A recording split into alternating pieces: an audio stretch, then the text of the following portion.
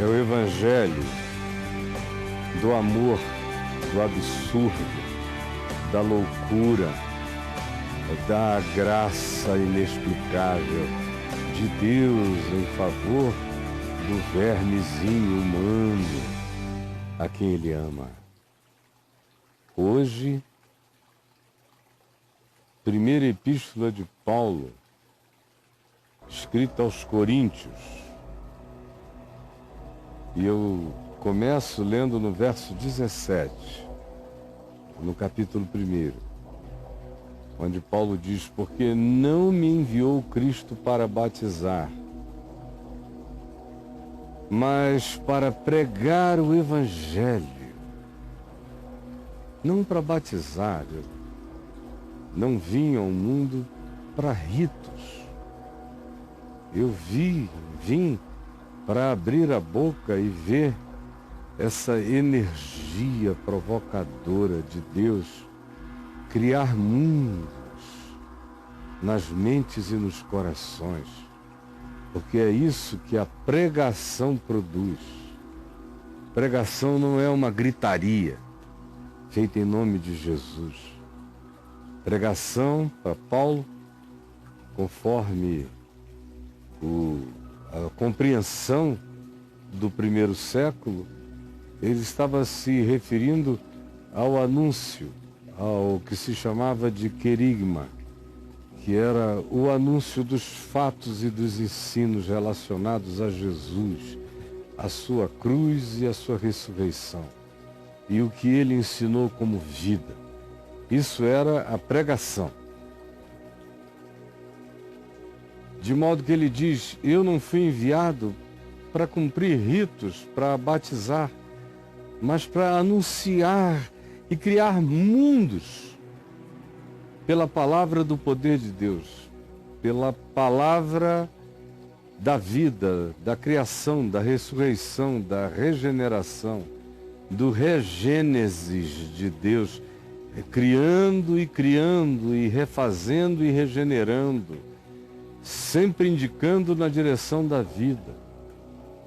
E eu faço isto, e é isto que eu faço, não com sabedoria de palavra, para que se não anule a cruz de Cristo, para que eu não tente dar razões tão racionalistas, suposta e pseudo-conclusivas, ainda que não sejam, para que eu não desvie o olhar das pessoas na direção da explicação, da autoexplicação, do convencimento, da apologética, da filosofia. Não. É Cristo. É algo que só pode ser acolhido pela fé. Porque no mais é loucura. A história é loucura. Deus se fez homem no ventre de uma menina e viveu entre nós e manifestou-se com a mente eterna e com a intenção criadora da vida em tudo que fez. E sabendo, sendo que tudo que se diga como verbalização é infinitamente menor do que a realidade do que aconteceu, mas transformando a linguagem numa linguagem humana, sabendo Deus da nossa impossibilidade de melhorarmos nossa culpa e de melhorarmos em nossa culpa, se fez Ele culpa em nosso lugar. Pois aquele que não teve pecado, Deus o fez pecado por nós. Essa é a cruz, essa é a mensagem, esse é o mistério, é a convergência de todas as coisas para Cristo, porque Deus estava ali, em Cristo, se reconciliando com o mundo inteiro. E é isso que pregamos, como Paulo diz. não com sabedoria de palavras, para que não se anule a cruz de Cristo, para que ninguém venha com a estupidez de pensar que por qualquer via, pensamento ou caminhar, o indivíduo pode realizar a sua própria eterna emancipação espiritual.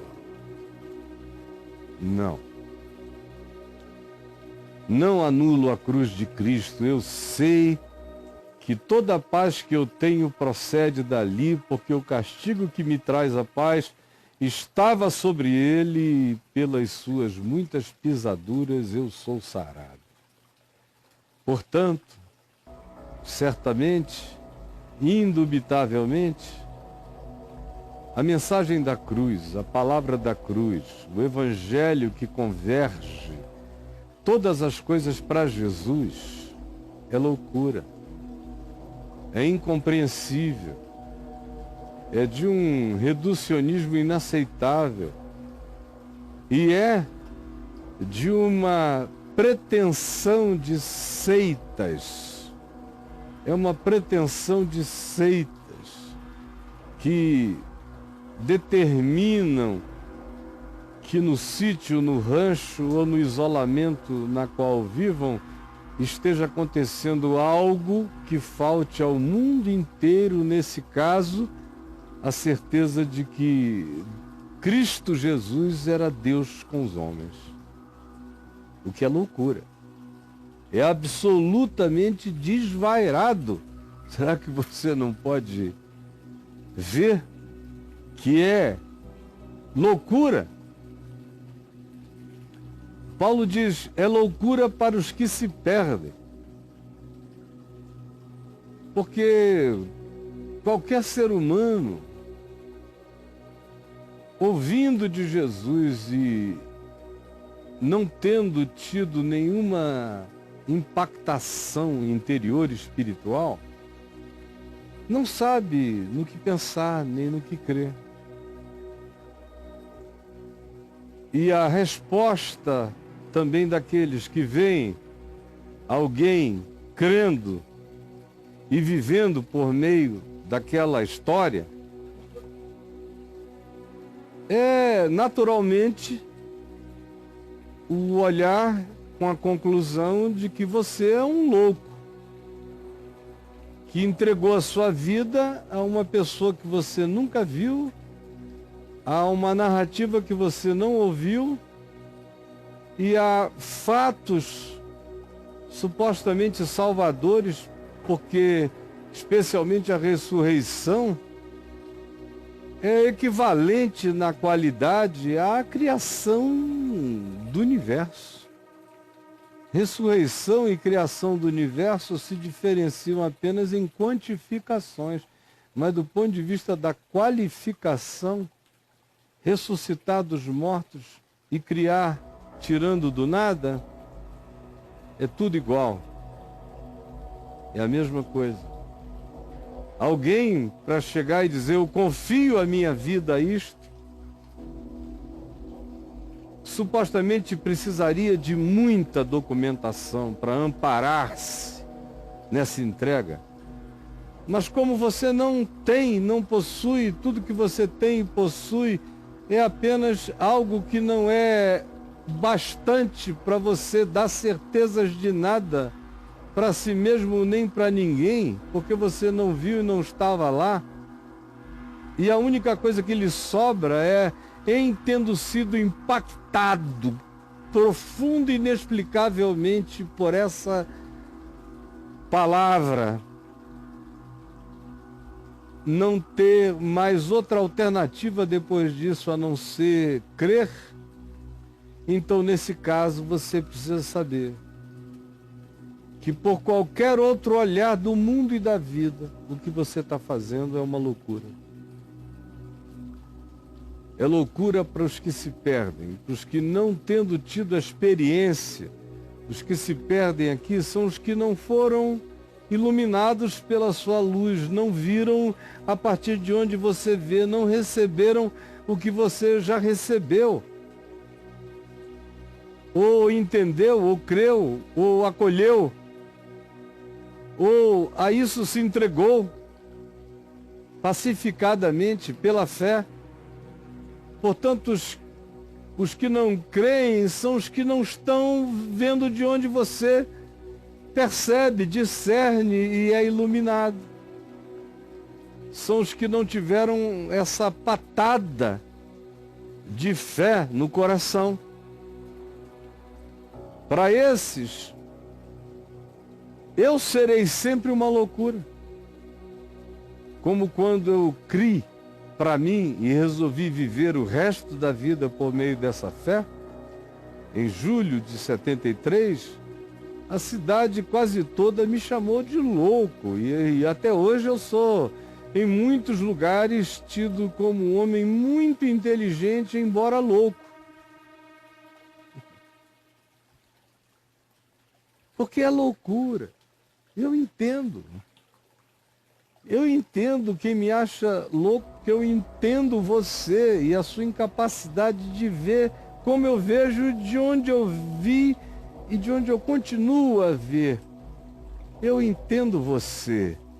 É loucura para os que se perdem, mas para nós que tivemos a experiência, que levamos a patada, que fomos rasgados por algo extraordinariamente indescritível, trata-se do poder de Deus. Que para você é loucura, para mim é poder de Deus.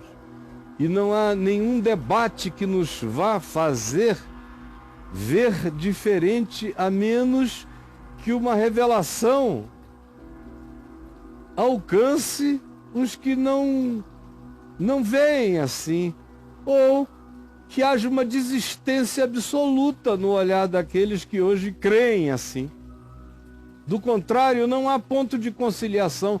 Será sempre uma loucura, loucura para os que se perdem, e para os que receberam a patada da graça, será sempre poder de Deus. Sempre. Dunamis de Deus, explosão de luz e de discernimento no coração. Pois está escrito: destruirei a sabedoria dos sábios.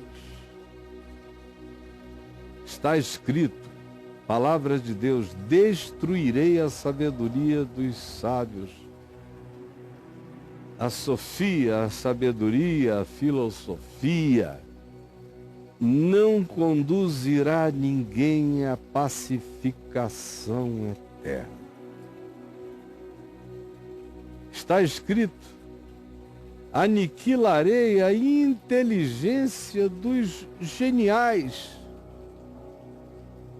porque por nenhuma genialidade se chegará a nenhuma certeza, nem a nenhuma conclusão acerca das coisas primeiras e finais da existência, que penetram o ambiente total da loucura e do absurdo. Por isso se pergunta, os simples e os sem entendimento formal perguntam com a ironia da fé: onde está o sábio? Onde o doutor? Onde o inquiridor deste tempo, deste zeitgeist? Porventura não tornou Deus louca toda a filosofia do mundo? Visto como, na sabedoria de Deus, pelo que Deus entendeu ser sábio, pelo que Deus decidiu que seria o modo de se comunicar com os homens, pelo que, por esta sabedoria, por esta definição, por essa conclusão, por essa determinação de encarnar-se, porque os homens não conseguiriam depreender o sentido de Deus para o próprio homem, a menos que Deus se encarnasse como um homem. E esta foi a sabedoria que Deus escolheu, e Ele foi soberano para escolhê-la. Mas em assim fazendo, o mundo não o conheceu, por sua própria sabedoria, por sua própria hermenêutica, por sua própria filosofia, por sua própria conclusão, por sua epistemologia, por suas mecânicas interpretativas, o mundo não acolheu, não aceitou, não quis. Visto como na sabedoria de Deus o mundo não o conheceu por sua própria sabedoria, aprove a Deus, aprove a Deus, aprove a Deus. Se há Deus, cara, o que você pensa e o que você não pensa caíram em estado de obsolescência. Antes de existir já era. Porque se há Deus, o que importa é aprove a Deus. Agora, se não há Deus, nada que um suicídio não resolva. Mas se há Deus, então existe aprove a Deus salvar os que creem, os que olham para além do espaço-tempo, os que se deixam catapultar pela fé, os que se deixam projetar para a eternidade, os que se deixam absorver por uma qualidade de vida que só Deus tem. São os que querem ser filhos de Deus mesmo. E tanto se deixam absorver dia a dia pelo amor de Deus, quanto pela fé. Não vivem só para o imediato, mas se catapultam para além de onde o espaço e o tempo alcançam. E sabem que para Deus o grande e o pequeno são a mesma coisa, as trevas e a luz. O que importa é o que Deus decidiu fazer, é como Deus decidiu criar, o que Deus decidiu criar, como Deus decidiu se revelar. O que importa é aprove a Deus. Aprove a Deus salvar os que creem pela loucura, salvar pela loucura. Porque para você transcender o imediato, só pela loucura da fé, só pela loucura da pregação é que você vê uma virgem grávida do eterno, você vê um menino crescendo como homem entre nós, sendo ele mesmo aquele em quem todas as coisas foram criadas. É uma loucura absoluta. E vê-lo viver como viveu, vê-lo se dar como se deu, e vê-lo ressuscitar como ressuscitou, sem ter visto nada, mas tendo visto tudo pela fé, e se entregar e dar sua vida para que você seja um dos que o seguem nesse mundo, sabendo que aprove a Deus que essa fosse a via, esse fosse o caminho, essa fosse a verdade e essa fosse a vida, porque aprove a Deus. Você vai brigar contra isto? Aprove a Deus. Se não há Deus, tanto faz. Se há Deus, importa que assim seja. Que você creia na loucura da pregação. Porque tanto os judeus lá de trás, e ainda hoje, pedem sinais, dá-nos um sinal, dá-nos um sinal. Os judeus viviam de querer sinais. Quanto mais sinais, mais currículo para eles, mais pedigree, mais presunção. Dá-nos sinais. E os gregos buscam sabedoria e filosofia, e mais compreensão, e novos ângulos. Assim tem sido desde sempre, mas nós, com todo respeito a quem busca sinais, o nosso sinal é um só. Cristo ressuscitado de entre os mortos. E a nossa sabedoria é uma só, a saber que Deus estava em Cristo reconciliando o mundo consigo mesmo. É só isso que temos. E não somente nós pregamos a Cristo, assim, crucificado e ressuscitado, um escândalo, ao invés de um sinal, um escândalo para os judeus, e nós dizemos que somos salvos na maldição de Cristo, e também a mesma mensagem é loucura para os gregos e para todos os que dizem pensar. Mas para os que foram chamados, para esses que levaram a patada inexplicável, sejam eles de que etnia for, judaica ou grega ou brasileira, ou de qualquer que seja a nacionalidade, porque para com Deus não há nenhum tipo de acepção de pessoas, para com os que foram chamados, tanto fazendo de onde tenham sido chamados, nós ensinamos, nós pregamos, nós lembramos Cristo, que é o poder de Deus, é Cristo. E a sabedoria de Deus é Cristo, é o Evangelho. É isso que ensinamos, não temos outra coisa a fazer. Porque entendemos que a loucura de Deus, o modo de Deus se revelar, é ainda mais sábia essa loucura do que a loucura dos homens, que se baseiam em presunção que não pacifica jamais o coração, nem traz perdão à vida. Sim, nós pregamos a Cristo, loucura de Deus, porque essa loucura de Deus é mais sábia do que o mundo. E essa fraqueza de Deus é mais forte do que a soma de todos os homens. Dá poder na vida, dá poder na morte.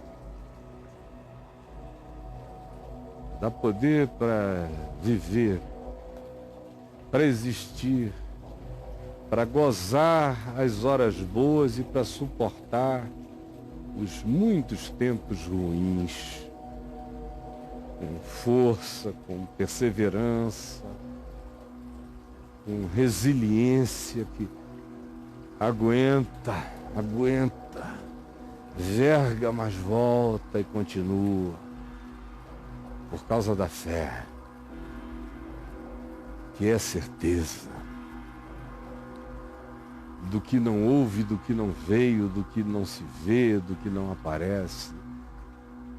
Fé que nos catapulta para uma vida que carrega já a qualidade da dimensão eterna. Do olhar, do deixar passar, do perdoar, do buscar o que é melhor logo, do se convencer do bem e da compreensão de que se, por exemplo, o Evangelho de Jesus fosse um desvario de uma seita enlouquecida do primeiro século, ainda assim ninguém propôs na Terra nenhum modo melhor de um ser humano para todos os outros seres humanos do que aconteceu ali na Palestina, naqueles 3 anos e 6 meses, de humanos andando com alguém que era tão humano que eles tiveram certeza de tratar-se de Deus, e que era tão divino que eles tiveram certeza de ser um homem por inteiro. Chamou para si, sobre si, a ignorância de todos os tempos e se entregou por essa alienação predatória e destrutiva que pulsa na nossa alma e ressuscitou como garantia para os humanos de que a existência não tem no projeto humano manifesto de maneira predatória agora no planeta Terra a sua conclusão nem o seu final. A escatologia humana já está realizada na ressurreição de Jesus, na glorificação de Jesus e no fato de que ele está assentado sobre todas as forças e poderes da morte no universo. Essa é a garantia de que O mundo não conheceu a Deus por sua própria sabedoria, mas Deus, por sua sabedoria divina, decidiu que assim seria a revelação. E bem-aventurado é aquele que desiste desse predador enlouquecido e abraça como numa loucura de fé a promessa de que eu e todo aquele que crê e que se puser a caminho buscando essa transformação e crendo nessa possibilidade, cada um de nós que assim creia é catapultado para uma qualidade de vida na qual o indivíduo se torna um cristinho de Deus, se torna um filho de Deus, se torna co-herdeiro, se torna herdeiro, se torna glorificado em Cristo Jesus, porque esse é o seu destino. Essa é a vocação, é transcender o espaço-tempo e ganhar a qualificação do eterno como certeza de ser. Mesmo enquanto morre, já sabe que não morre e vive o benefício dessa vitória. Essa é a grande boa nova, essa é a grande revolução. Essa é a palavra que cura, é a palavra do poder de Deus que levanta, que nos põe em pé com a força da ressurreição. Senhor Jesus, eu creio, como os primeiros loucos creram. Tu me deste a misericórdia de também crer hoje. E eu quero te pedir que tu confirmes a loucura desta pregação, provocando no coração de milhares e milhões a mais insuportável convicção, provocada pelo Espírito Santo. É o que eu creio, peço e recebo, hoje e para sempre, em nome de Jesus. Amém.